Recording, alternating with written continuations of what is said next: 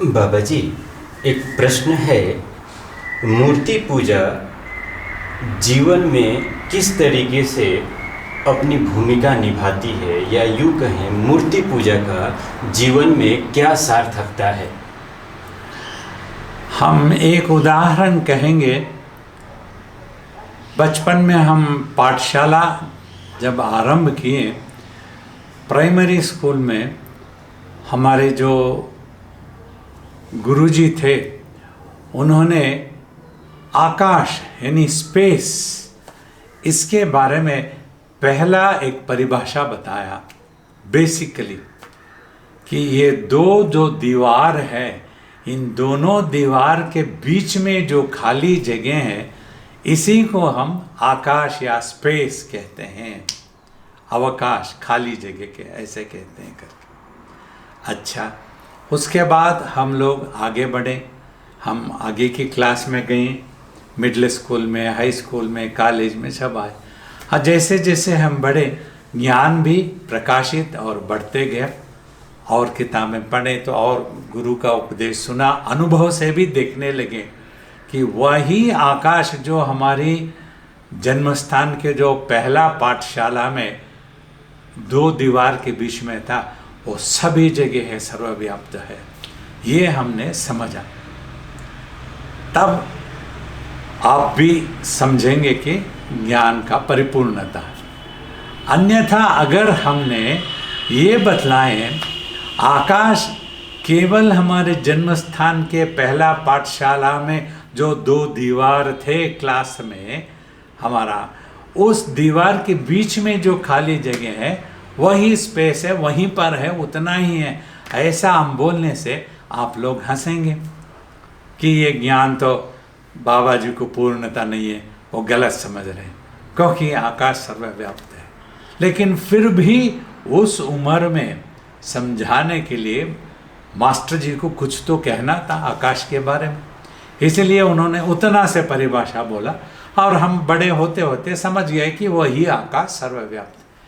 इसी तरह विग्रह का भी एक चिन्ह के रूप में आरंभ में, आध्यात्मिक पथ का आरंभ में परमात्मा सर्वव्याप्त है। तो अगर कोई पूछे तो कैसे सर्वव्याप्त, हमको सर्वव्याप्ति सब दिखा दो, तो नामुमकिन है, ऐसे तो दिखा नहीं सकते।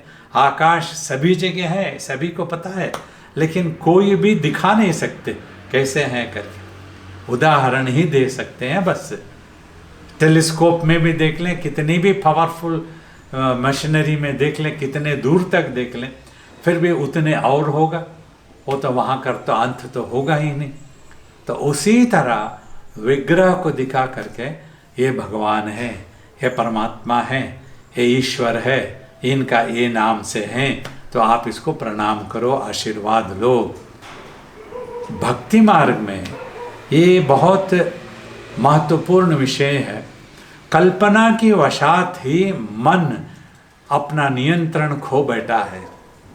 जन्म जन्म बीत गया है, वो कल्पना करते करते सुख और दुख का फंसते हुए उसी मन को उसी कल्पना के द्वारा ही एकत्रित करना है, ताकि उसमें हजारों करोड़ों चिंतन ना रह के एक चिंतन रहे।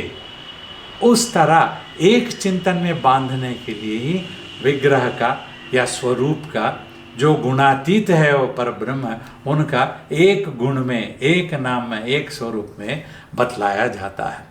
वो व्यक्ति उस विग्रह का आराधना करते करते जाए। जैसे भक्ति भाव में उनका मन शुद्ध होगा, जैसे शुद्ध होगा, एकत्रित होगा, वो फिर अंतर्मुख जाने में कामयाब होगा।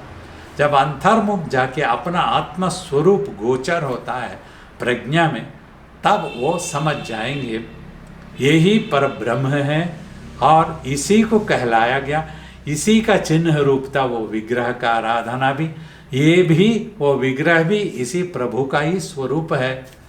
और ये एक ही जगह ने उस विग्रह में भी है, विग्रह के बाहर भी है, सर्वव्याप्त है करके वो व्यक्ति ज्ञान स्वरूप प्रज्ञा में पहचान ले। अगर ऐसा ना पहचान के नहीं वो विग्रह उतना ही परमात्मा है, उसी के लिए लड़ मरे लड़ झगड़े मनुष्य, तो भगवान को एक बक्सा में डालने वाली बात हो जाएगा, बंधन में डाल के ये बक्सा ही मेरा भगवान है, यही भगवान है और कोई भगवान ही नहीं हो सकता, ऐसा करना मूर्खता है। इसी तरह तो इस संसार में आज के दिन धर्म के नाम पे गलत समझ करके गलत परिभाषा देते हुए इंसान मनुष्य लड़ झगड़ते हैं, जिसकी आवश्यकता नहीं है। परमात्मा सर्वव्याप्त है। तो इस तरह विग्रह का आराधना भी बड़ा महत्वपूर्ण है।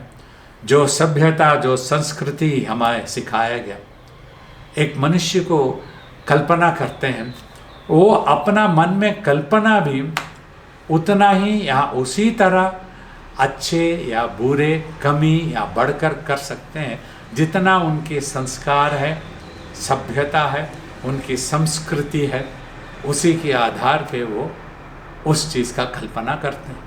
ऐसे ही आप इतिहास में देखें, भक्ति मार्ग में जो आए हैं महान संत लोग, जिन्होंने रामायण गाए, महाभारत गाए या फिर अन्य भक्ति मार्ग का स्तोत्र रचना किए हैं, उस परमात्मा का गुणगान किए, जो निर्गुण है, जो गुणातीत है, उनका गुणगान भी किए, वो सब उस व्यक्ति का अद्भुत संस्कार का परिचय, संस्कृति का परिचय, चरित्र का परिचय है।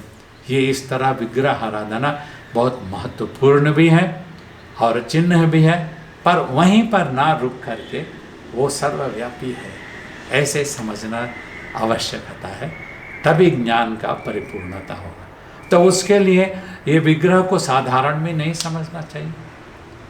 जैसे स्वामी विवेकानंदा ने खेत्री के महाराजा के पास बताए, वो परमात्मा सर्वव्यापी है, लेकिन फिर भी विग्रह का आराधना में कितना महत्वपूर्ण। जब वो राजा का फोटो को मंगवा करके बोला कि आपका सेवक को इस पे थूकने को बोले, नहीं थूकेगा, क्यों थी, आप ही का स्वरूप दिखता है।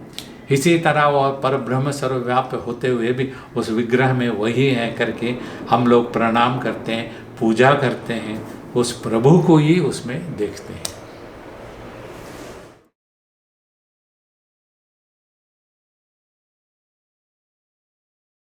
बाबा जी, इस प्रश्न के जो उत्तर आपसे द्वारा मिला उससे तो हम बहुत संतुष्ट हैं। इसी क्रम में एक प्रश्न उठता है जो युवाओं के लिए आज के समय में बहुत ही मतभेद वाला रहता है। प्रश्न है बाबा जी कि पाश्चात्य देश और पूर्व के देशों में जो नॉलेज ऑफ सेल्फ हैं, क्या वह समान हैं या उनमें मतभेद रहता है, या ये मतभेद क्रिएट बनाया गया है? इस मतभेद बनाए गए हैं। जो वास्तव में आत्मज्ञानी इस पूरे विश्व में विभिन्न प्रांतों में समय समय पर आए हैं, जो भी आए उन्होंने अपने आत्मा का अनुभव करके उसको भक्त प्रजा के जनहित के सामने रखते हुए मनुष्य को समान भाव से, प्रेम और विश्वास से जीने के लिए हमेशा उपदेश दिए हैं। लेकिन हो सकता है पाश्चिमात्य देश में इसका विस्तार रूप से इसका मर्यादा नहीं दिया गया, या जो उस तरह की जो आत्मज्ञानी आए उनके बाद जो उनके अनुयायी या शिष्य लोग आए हैं, वो लोग अपने गुरु का उपदेश को पूर्ण रूप से ना समझ पाए, दूसरी तरह उसका आने वाला पीढ़ी के लिए उसको प्रेरित करने के लिए उनके सामने दूसरा तरह रखने की वजह से गलत अर्थ समझ लिया गया है। ऐसे हुआ होगा, ये हमारे मत है। जबकि पूर्व के देशों में, जैसे खासतौर भारत इत्यादि देशों में, ये आत्मज्ञान को अनादिकाल से भी, उपनिषदों के काल से भी, ऋग्वेद के काल से भी कायम रखते हुए आ रहे हैं। जो ऋग्वेद के समय महर्षि लोग अपने अनुभव को उपनिषद के रूप में बताए हैं, उसको आज भी हम उसी को कायम रखें। उसका उपदेश उपलब्ध है, उसका ज्ञान उपलब्ध है, उस चीज़ को मानते हैं। जैसे खासतौर हम हिंदू धर्म में अपने आप को आत्मा ही मानते हैं, शरीर नहीं मानते। ये ज्ञान सनातन काल से भी चले आ रहा है गुरु के उपदेश से। इतना ही फर्क है। तो वहाँ पर भी है, सब जगह है, लेकिन वो इस समय दब गया होगा। लेकिन फिर भी अनेक पाश्चिमात्य देश के लोग इस विषय पे बहुत अपना मन को अभिलाषा रखते हैं आत्मज्ञान को लेने के लिए। इसलिए भारतीय संस्कृति भारत देश की तरफ दौड़े आते हैं। भारत का योग अभ्यास इत्यादि के लिए वो लोग बहुत आते हैं, सीखना चाहते हैं। जब हम भी विदेशों में, पाश्चिमात्य देशों में जाते हैं, लोग बहुत उत्सुकता से, श्रद्धा से, मर्यादा से इस आत्मज्ञान को जानना चाहते हैं, साधना करना चाहते हैं, अभ्यास करके अपना आत्मज्ञान का प्राप्ति करना चाहते हैं। इतना उन लोगों में भी उत्सुकता है। बस कहीं गलतफहमी हो गया है कुछ जगह, या वो दब गया है जो मूल गुरुओं ने उपदेश दिया है, तो उसको दूसरा तरह ही उसका शब्दकोश में फर्क हो सकता है, इतना ही है। वरना ज्ञान में और सत्य में फर्क नहीं हो सकता, क्योंकि सत्य तो एक ही होगा, वो दो अलग अलग नहीं हो सकता। जो भी व्यक्ति उसका अनुभव करते हैं, उस व्यक्ति का या उस समय का जो प्रचालन में होगा, जो भाषा, जो संस्कृति, उसी के आधार पर वो उपदेश देते हैं। जैसे हिंदू धर्म में मुक्ति या मोक्ष का शब्द इस्तेमाल किया कि बौद्ध ने उसे निर्वाण का नाम से शब्द में इस्तेमाल किया।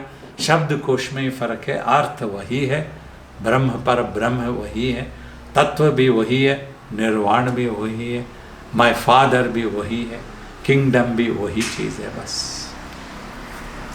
पुनः बाबा जी के इस अमृत वचन के लिए मैं कोटि कोटि प्रणाम करता हूँ, और मुझे पूर्ण विश्वास है कि बाबा जी का ये अमृत वचन हम युवाओं के लिए एक सही मार्गदर्शन देगा और हमारे मन को शांत करके एक तरफ लगाने में सहयोग करेगा। बाबा जी के चरणों में कोटि कोटि धन्यवाद। बहुत अच्छा है। आप युवजनांग जो भी अपना शंका है वो प्रश्न के द्वारा गुरु के सामने रखना चाहिए। जो एक अच्छे उत्तर लाता है, उस तरह उत्तर लाता हुआ जो प्रश्न है वो भी बहुत महान प्रश्न होगा, अच्छा प्रश्न होगा। तो प्रश्न निसंकोच आप लोग रखना चाहिए, ताकि मैं अपने तपस्या के अनुभव के आधार पर, अपने गुरु ने जो हमें सिखाएंगे उसके आधार पर आप सभी को शंका दूर कर सकूं।